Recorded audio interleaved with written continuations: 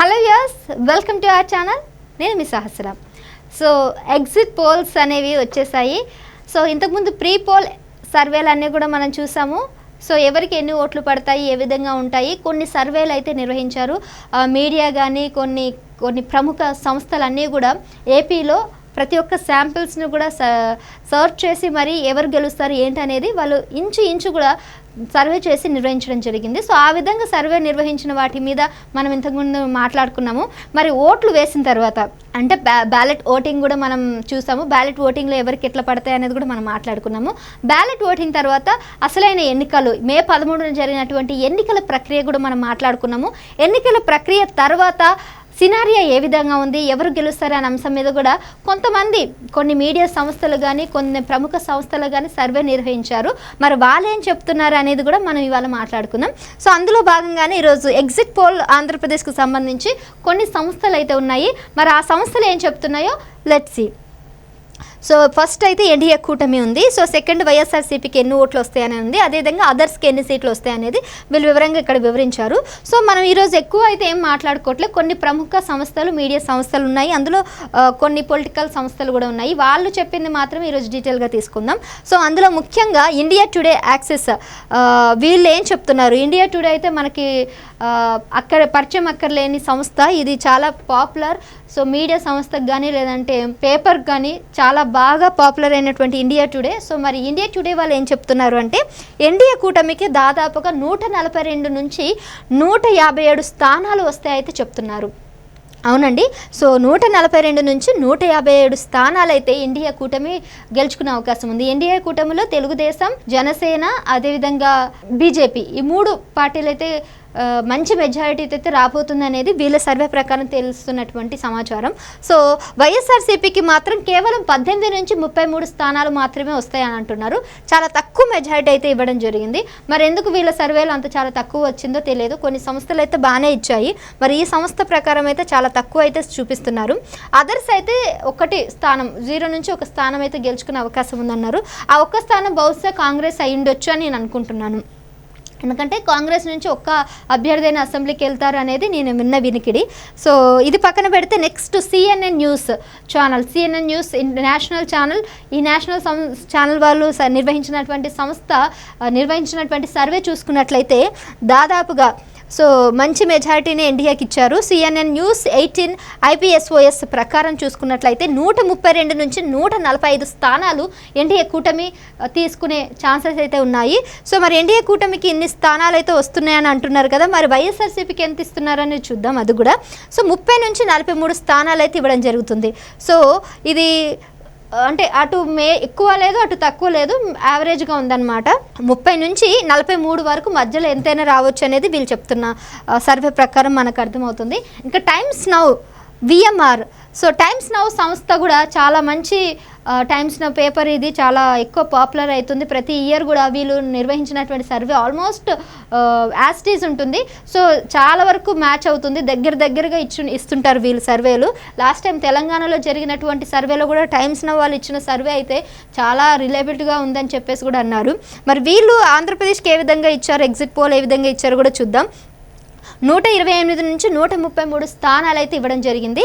So అదేవిధంగా 42 నుంచి 47 స్థానాలు అయితే వైఎస్ఆర్సీపీకి ఇవ్వడం జరిగింది. సో ఈ విధంగా మొత్తం 128 నుంచి 133 ఎన్డీఏ కూటమికి అయితే ఇస్తున్నారు. వైఎస్ఆర్సీపీకి 42 నుంచి 47 స్థానాలు అయితే ఇవ్వడం జరుగుతూ ఉంది. వీళ్ళు అదర్స్కి కూడా ఇచ్చారు. మరి అదర్స్కి ఎంత ఇచ్చారంటే 0 నుంచి 1 అయితే ఇవ్వడం జరిగింది. సో ఒక్క అభ్యర్థి అయితే కాంగ్రెస్ నుంచి వెళ్ళొచ్చని నేను అనుకుంటున్నాను. మరి మిగిలినవి అయితే ఎక్కువ రాలేదు వీళ్ళకి. ఇంకా నెక్స్ట్ సర్వే కూడా చూసుకుందాం. వాళ్ళు రిపబ్లిక్ సంస్థ వాళ్ళు నిర్వహించినటువంటి సర్వే జన్ కీ బాత్. వీళ్ళు ఎలా ఏ విధంగా ఇచ్చారు ఎన్డీఏ కూటమికి కానీ వైఎస్ఆర్సీపీకి కానీ మనం చూద్దాం. ఎన్డీఏ కూటమిలో భాగంగా వీళ్ళు ఇచ్చినటువంటి సర్వే 111 స్థానాల నుంచి 124 స్థానాలు కైవసం చేసుకుంటుంది ఎన్డీఏ కూటమి.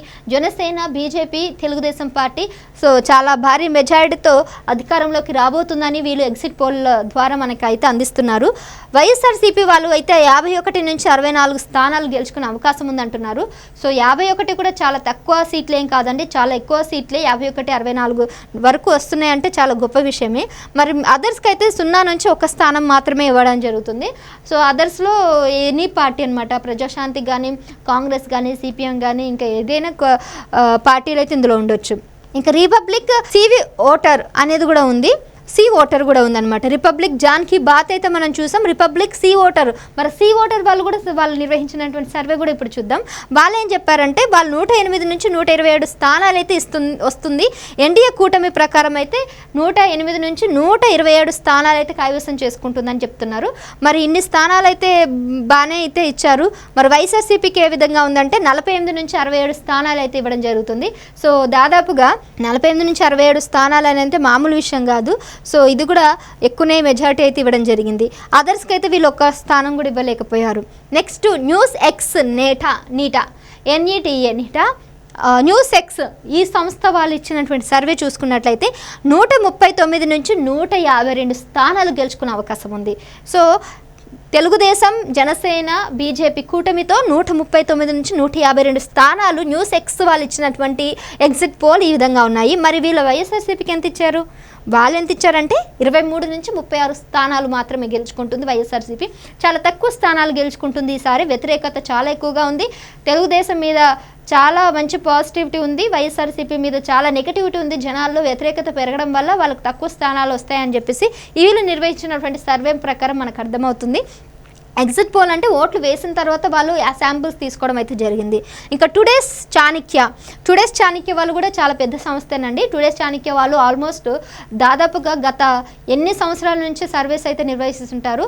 అసెంబ్లీ ఎన్నికల్లో తెలంగాణలో కానీ, లేదంటే మిజోరాంలో కానీ, లేదంటే ఢిల్లీలో కానీ, లాస్ట్ టైం కొన్ని మహారాష్ట్రలో జరిగినటువంటి పోలింగ్లో కానీ, మన కర్ణాటకలో జరిగినటువంటి పోలింగ్లో కూడా టుడే చాణక్య అయితే చాలా మంచి ప్రాముఖ్యత, చాలా కీలకమైన పాత్ర పోషించిందని చెప్పాలి.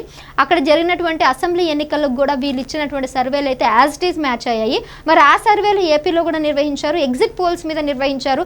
ఎగ్జిట్ పోల్స్లో ఏ విధంగా ఇచ్చారు కూడా మనం చూద్దాం. ఎన్డీఏ కూటమి, తెలుగుదేశం కూటమికి అయితే వీళ్ళు దాదాపుగా 144 నుంచి 158 స్థానాలు గెలుచుకుంటుంది అయితే వీళ్ళైతే చెప్పడం జరుగుతుంది. మరి వీళ్ళు గెలుచుకున్నటువంటి ఈ స్థానం ఏదైతే ఉందో 144 నుంచి 158 అనేది చాలా హై మెజారిటీ.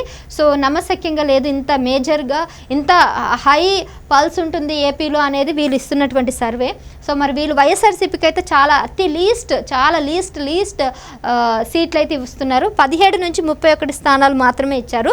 యాక్చువల్గా ఇండియాస్ టుడేనే చాలా తక్కువ ఇచ్చింది అనుకున్నాను, 18 నుంచి 33 ఇచ్చింది అనుకున్నాను. కానీ వీళ్ళకనే చాలా లీస్ట్గా అయితే టుడేస్ చాణక్య వాళ్ళు ఇచ్చారు. 17 నుంచి 31 మాత్రమే వస్తుంది. అంటే చాలా దిగజారిపోయారు వైసీపీ వాళ్ళు అక్కడ అన్నట్టుగా వీళ్ళు చెప్పడం జరుగుతుంది ఎగ్జిట్ పోల్లో. ఎందుకంటే చూస్తున్నాం కదా, ఆఫ్టర్ ఎలక్షన్స్ తర్వాత దాడులు కానీ, అక్కడ జరుగుతున్నటువంటి దాష్టికాలు కానీ చాలా వికృతంగా ఉన్నాయి.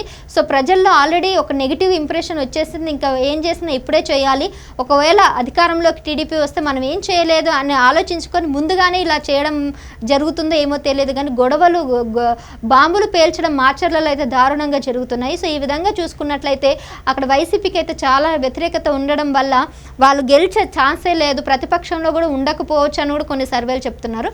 బట్ ఎనీవేస్, అంటే ఇప్పుడున్న టీడీపీ కూటమి కొద్దిగా స్ట్రాంగ్గా ఉంది కాబట్టి, ఇంకా ఆపోనెంట్గా అయితే కాంగ్రెస్ లేదు కాబట్టి మిగిలింది వైఎస్ఆర్సీపీనే కాబట్టి వాళ్ళు ఈసారి ప్రతిపక్షంలోకి వస్తారు.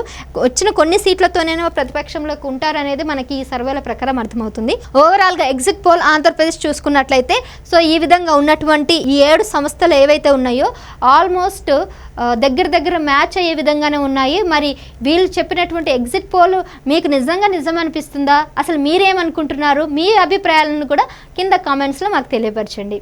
Thank you.